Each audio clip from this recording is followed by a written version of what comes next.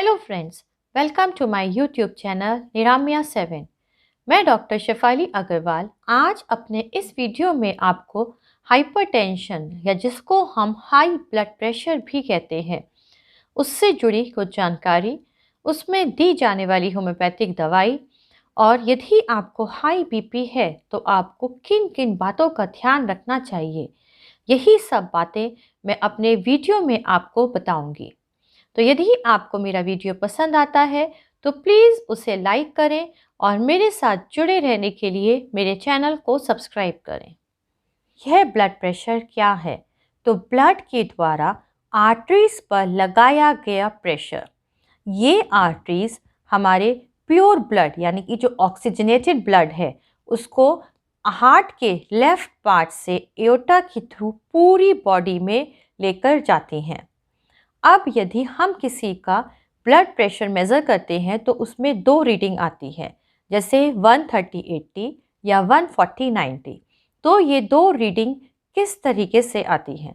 तो जो ऊपर वाली रीडिंग होती है जैसे कि 130, उसको हम बोलते हैं सिस्टोलिक ब्लड प्रेशर, और जो नीचे वाली रीडिंग होती है जैसे कि 90 या 80, उसको हम बोलते हैं डायस्टोलिक ब्लड प्रेशर। तो सिस्टोलिक ब्लड प्रेशर क्या होता है और डायस्टोलिक ब्लड प्रेशर क्या होता है? सिस्टोलिक ब्लड प्रेशर जब हमारा हार्ट पंप करता है तो ये लेफ्ट मायोकार्डियल मसल्स होती हैं जो ज़्यादा स्ट्रॉन्ग होती हैं। जब वो कॉन्ट्रैक्ट करती हैं, जब वो पंप करता है तो जो लेफ्ट वेंट्रिकल में जो ब्लड है वो एओर्टा में आएगा और एओर्टा के थ्रू डिफरेंट आर्टरीज में जाएगा। तो उस समय जिस टाइम पंपिंग हो रही है उस टाइम जो प्रेशर एक्सर्ट हो रहा है ब्लड के द्वारा आर्टरीज पर, उस समय के प्रेशर को हम कहते हैं सिस्टोलिक ब्लड प्रेशर।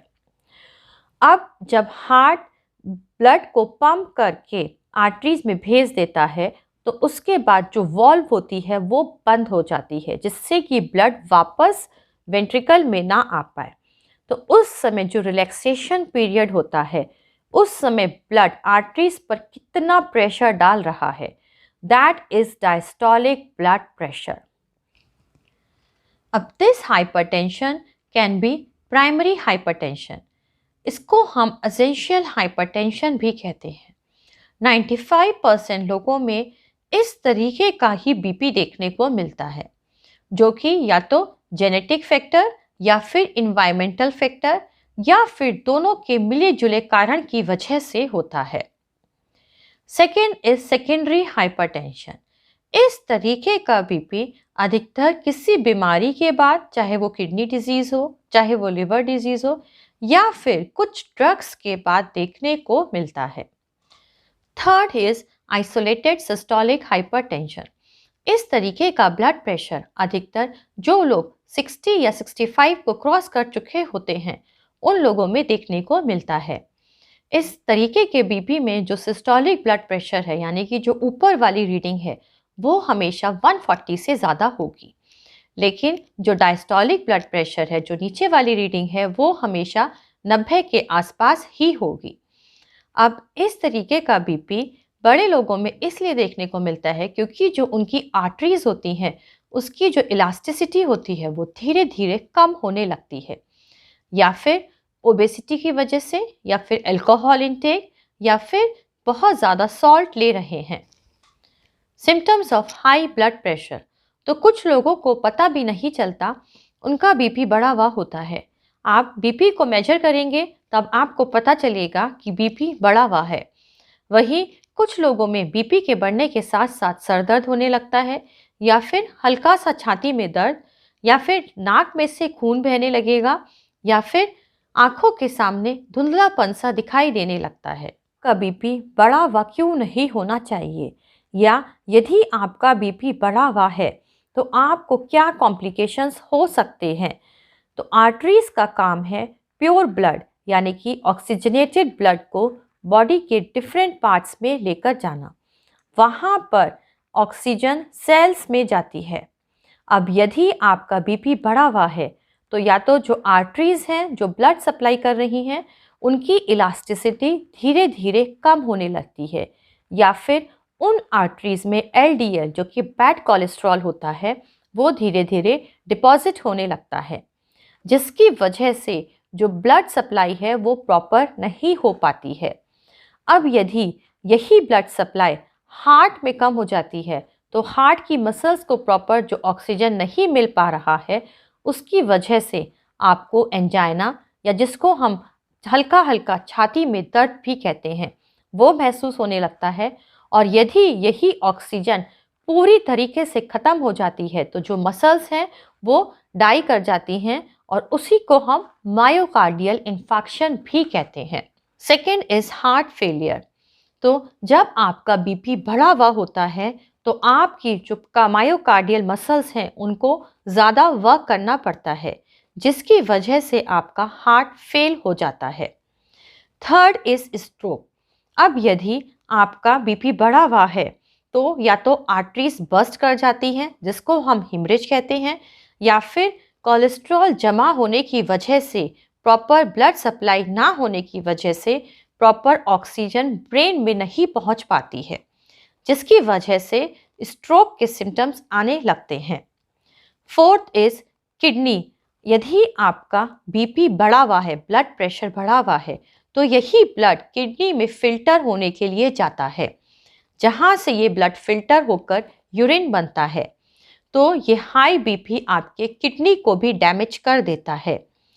इस हाई बीपी की वजह से आपको इर्रेगुलर हार्ट बीट की प्रॉब्लम भी हो सकती है। कौन सी होम्योपैथिक दवाइयाँ हैं जिनका हाइपरटेंशन या हाई ब्लड प्रेशर, बीपी को कम करने में बहुत ही अच्छा असर है?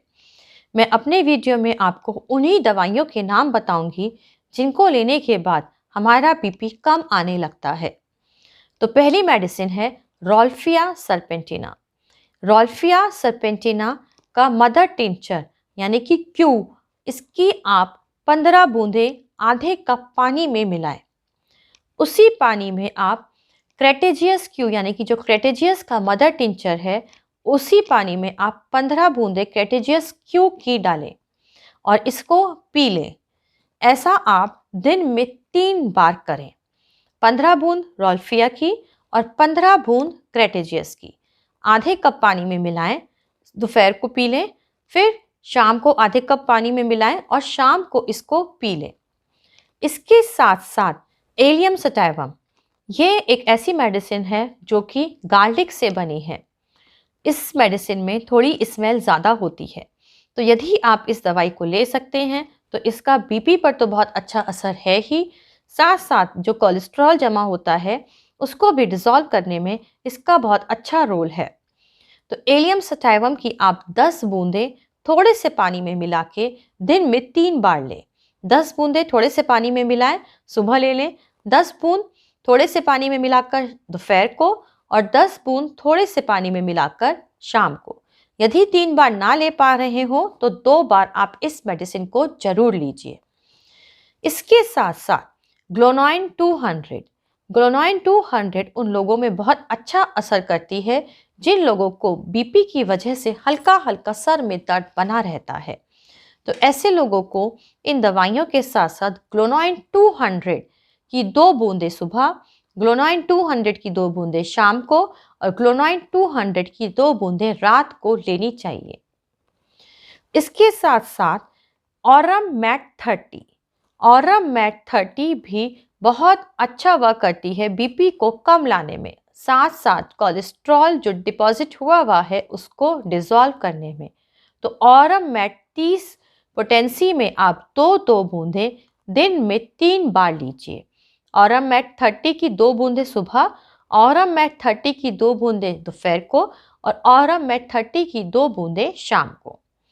तो यदि आप इन दवाइयों को नियमित रूप से लेंगे तो धीरे धीरे आपका बीपी कम आने लगेगा। इन दवाइयों के साथ साथ कुछ लाइफस्टाइल चेंजेस जो आपके बीपी को कम करने में मदद करते हैं।